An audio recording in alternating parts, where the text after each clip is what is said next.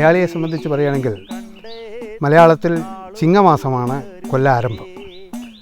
പക്ഷേ കാർഷിക വൃത്തിയെ സംബന്ധിച്ച് പറയുകയാണെങ്കിൽ കൊല്ലം ആരംഭിക്കുന്നത്, അതായത് ഒരു കൊല്ലത്തെ ഫലം മുഴുവൻ ലഭിക്കുന്നത് മേടം 1-ാം തീയതി വിഷു ആയിട്ടാണ്. വിഷുവിനെയാണ് കണക്കാക്കുക. വിഷു കഴിഞ്ഞ പിറ്റേത്തെ നാൾ ചാലിടുക എന്നൊരു പതിവുണ്ട് കർഷകനെ സംബന്ധിച്ച്. അതായത് പൂട്ടിയ കണ്ടത്തിൻ്റെ ഒരു ഭാഗത്ത് കിഴക്കോട്ട് നോക്കിയിട്ട് ഒരു കൂന കൂട്ടും.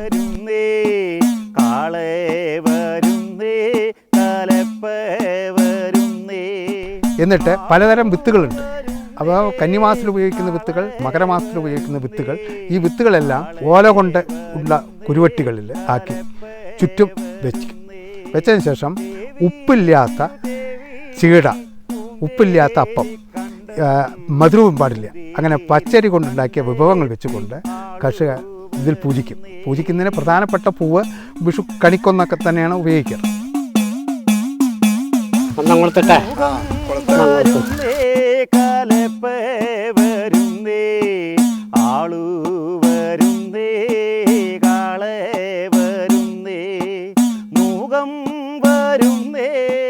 എന്നിട്ട് അവിടെ വെച്ചിട്ട് കരി എന്ന് പറയുന്നത് കലപ്പ, കരിയെ വെച്ച് അതിൽ പോത്തിനെ അണച്ച് ഒരു 2 ചാല് പൂട്ടിയിട്ട് വിത്ത് വിതയ്ക്കും. അന്ന് മുതൽ ആ കൃഷി ആരംഭിക്കുക എന്നുള്ളതാണ്. ഇത് കഴിഞ്ഞാൽ വിഷുക്കഞ്ഞി വയ്ക്കുക എന്നാണ്. പലവിടെയും സദ്യയാണുള്ളത്. പക്ഷേ സദ്യയേക്കാൾ കൂടുതൽ കഞ്ഞി വയ്ക്കുക. കഞ്ഞി വയ്ക്കുക എന്ന് പറഞ്ഞാൽ പച്ചരിയും പുഴുങ്ങലരിയും കൂടെ കഞ്ഞി വെച്ചിട്ട് അതിൽ തേങ്ങ ചിരവിയിടും. പുളിയാവരക്കായ എന്ന് പറയുന്ന ഒരു സാധനം അതിൽ ചേർക്കും. ചെറുപയറും ചേർത്ത് കഞ്ഞി, ഉപ്പിട്ട് കഞ്ഞി വയ്ക്കും. ആ കഞ്ഞി പ്ലാവില കൂട്ടി കഴിക്കുക. പിന്നെ ചക്ക പുഴുക്ക്, മാങ്ങ കറി, ഇതൊക്കെയാണ് ആ വേനൽക്കാലത്ത് ഏതെല്ലാം വിഭവങ്ങൾ കിട്ടുമോ അതെല്ലാം വെച്ചുകൊണ്ട് കറി ഉണ്ടാക്കുകയും വളരെ ലളിതമായ രീതിയിൽ ഒരു കൊല്ലം മുഴുവൻ നമുക്ക് ഭക്ഷണം മുട്ടാതെ കിട്ടണം എന്നുള്ള ഒരു മിത്തായിരിക്കും ഈ കഞ്ഞി കുടിക്കുക എന്നുള്ളത്. കഞ്ഞിയെങ്കിലും കിട്ടണം എന്നുള്ള രീതിയായിരിക്കും ഇതിനുള്ളത്. പഴയ കാലത്തെ കാരണവന്മാരെ കണി കാണുന്നത് തന്നെ, എൻ്റെ മുത്തശ്ശനൊക്കെ കണി കണ്ടിട്ടുള്ളത് കരിമ്പനയെ കണ്ടിട്ടാണ്. കരിമ്പന എന്ന ആ മിത്ത്, പാലക്കാട് ജില്ലയിലെ കരിമ്പന കാണുക. കരിമ്പന ഈ കള്ളുണ്ടാക്കുന്നതിനും ഇളനീരുണ്ടാവുന്നതിനും ഒരു ഐശ്വര്യത്തിൻ്റെ ഒരു ദേവതയായിട്ട് കരുതുന്ന പലരുണ്ടായിരുന്നു. അവർ മേടം 1-ാം തീയതി കരിമ്പനയെ കണി കാണുക എന്ന ഒരു ആചാരമുണ്ടായിരുന്നു.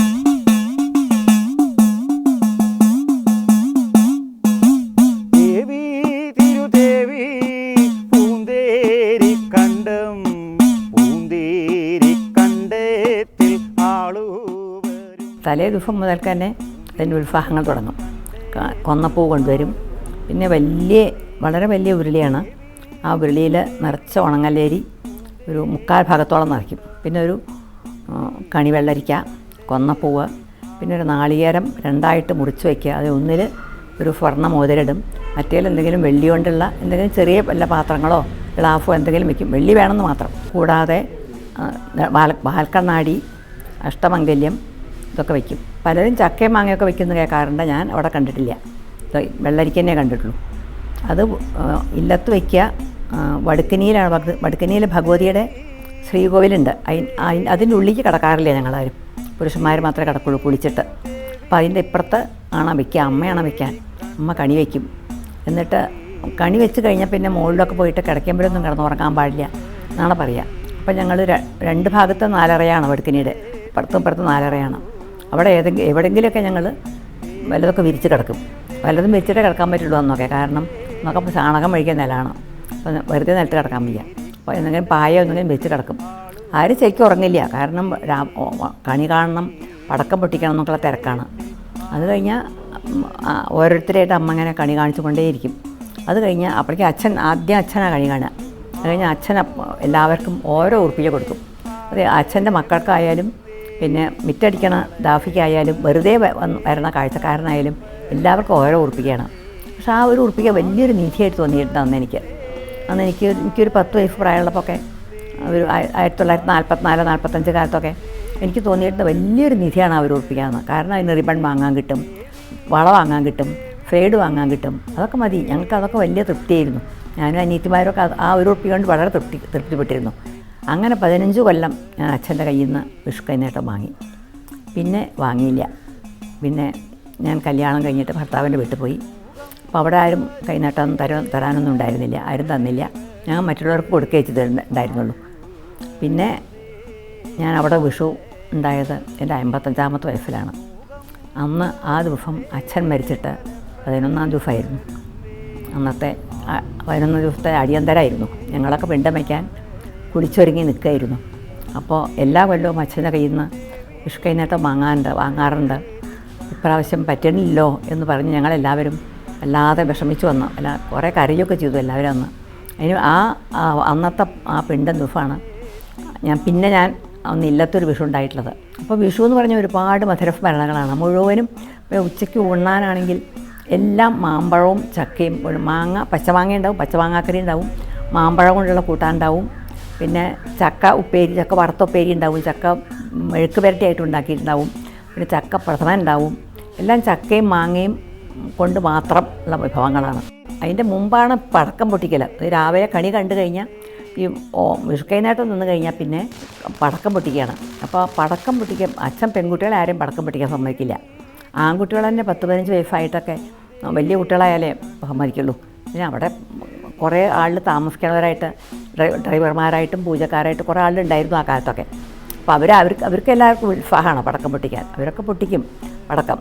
ഞങ്ങളൊക്കെ വന്ന് നോക്കി നിൽക്കുകയുള്ളൂ. അല്ല കമ്പിത്തിരിയോ പൂത്തിരിയൊക്കെ ഞങ്ങളുടെ കയ്യിൽ കത്തിച്ച് തന്നാൽ കത്തിക്കുന്നല്ലാണ്ട് അച്ഛൻ സമ്മതിക്കില്ല. മറ്റു പേടി അച്ഛന്. അങ്ങനെ അത് പടക്കം പൊട്ടിച്ചിട്ട് പിന്നെ കഴിഞ്ഞാൽ കുളിച്ച് വന്നു കഴിഞ്ഞാൽ ആണ് ഈ മാമ്പഴക്കൂട്ടാനുള്ള മാമ്പഴം, നാട്ടുമാമ്പഴമാണ്, ചെറിയ മാമ്പഴം.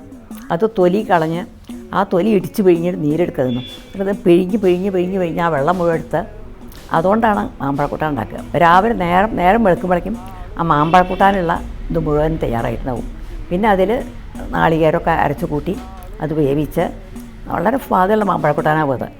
ആ വിഷുവിൻ്റെ മാമ്പഴക്കൂട്ടാൻ പ്രത്യേകതയുണ്ട്. ചക്ക കൊണ്ട് എലിശ്ശേരിയും വയ്ക്കും. പിന്നെ ബാക്കിയൊക്കെ എല്ലാം മുഴുവൻ ചക്ക തന്നെ, ചക്കയും മാങ്ങയും തന്നെ മുഴുവനും. പച്ചമാങ്ങാക്കറിയുണ്ട്, ഉപ്പിലിട്ടത് പച്ചമാങ്ങാക്കറിയാവും. എല്ലാ സാധനങ്ങളും ചക്ക കൊണ്ട് മാങ്ങ കൊണ്ട് വേണം. അങ്ങനെയൊക്കെ ആയിരുന്നു ആ കാലമൊക്കെ. ഇപ്പോൾ ആൾ തിരുവാതിരക്കളി എന്ന് പറയാറുള്ള ആ കൈകൊട്ടിക്കളി നമ്മുടെ കൊണ്ടൊക്കെ പറയാം. കൈകൊട്ടിക്കളി, പാട്ടുപാടിക്കളി എന്നൊക്കെ പറയും. അത് ചിലപ്പോൾ എല്ലാ പ്രാവശ്യവും ഉണ്ടാവും നിൽക്കണ്ട, ചിലപ്പോൾ ആരെങ്കിലുമൊക്കെ ഉണ്ടെങ്കിൽ ഞങ്ങൾ എല്ലാവരും കൂടിയിട്ട് കൈകൊട്ടി കളിക്കും. ഒരുപാട് പൂക്കളുണ്ടാവും ആ കാലത്ത്. വേനൽക്കാലത്ത് മാത്രം ഉണ്ടാവണം പൂക്കൾ. ചുവന്നിട്ടൊരു തരം പൂവുണ്ടല്ലോ, ആ പൂവ് ഒരു വഴിനീളെ കാണാം മരങ്ങളിലൊക്കെ. അവിടെ തൊടിയിലും ഉണ്ടാവും. പിന്നെ ഞങ്ങളുടെ പാമ്പുകാവിലും ഉണ്ടായിരുന്നു ആ മരം. നിറച്ച് പൂട്ട് നിൽക്കുന്നത്, തീ കത്തിപ്പിടിച്ച് നിൽക്കാൻ തോന്നും, അത്രയും പൂടും. ഇല കാണില്ല. പിന്നെ കൊന്നേ അതുപോലെ തന്നെ ഇല കാണാതെ പൂത്ത് നിൽക്കും. അങ്ങനെ ഒരു വളരെ സമത്വസുന്ദരമായിട്ടുള്ള ഒരു ജീവിതമായിരുന്നു അന്നൊക്കെ. ഇന്നും അങ്ങനെയാണോ ചോദിച്ചാൽ ഇപ്പം അങ്ങനെയല്ല. ഇന്നാണ് പറയണത് അങ്ങനെയൊക്കെയാണ്, ജാതിയില്ല മതമില്ല എന്നൊക്കെ ആൾ പറയുന്നുണ്ടെങ്കിലും എനിക്ക് പണ്ടത്തെക്കാൾ ഉണ്ടെന്ന് തോന്നുന്നു. ഇപ്പോൾ അന്ന് ഇത്ര ഉണ്ടായിരുന്നില്ല. അപ്പോൾ എനിക്ക് തോന്നുന്നുണ്ട് അന്നത്തെ ഒരു തോന്നുന്നതായിരിക്കും പഴയ കാലമായിരുന്നു നല്ലതെന്ന് പ്രായമായവർക്കൊക്കെ തോന്നും എന്ന് പറയാറുണ്ട്. എനിക്ക് അതുകൊണ്ടായിരിക്കും തോന്നണം, പ്രായമായതുകൊണ്ട് തോന്നുന്നതായിരിക്കും.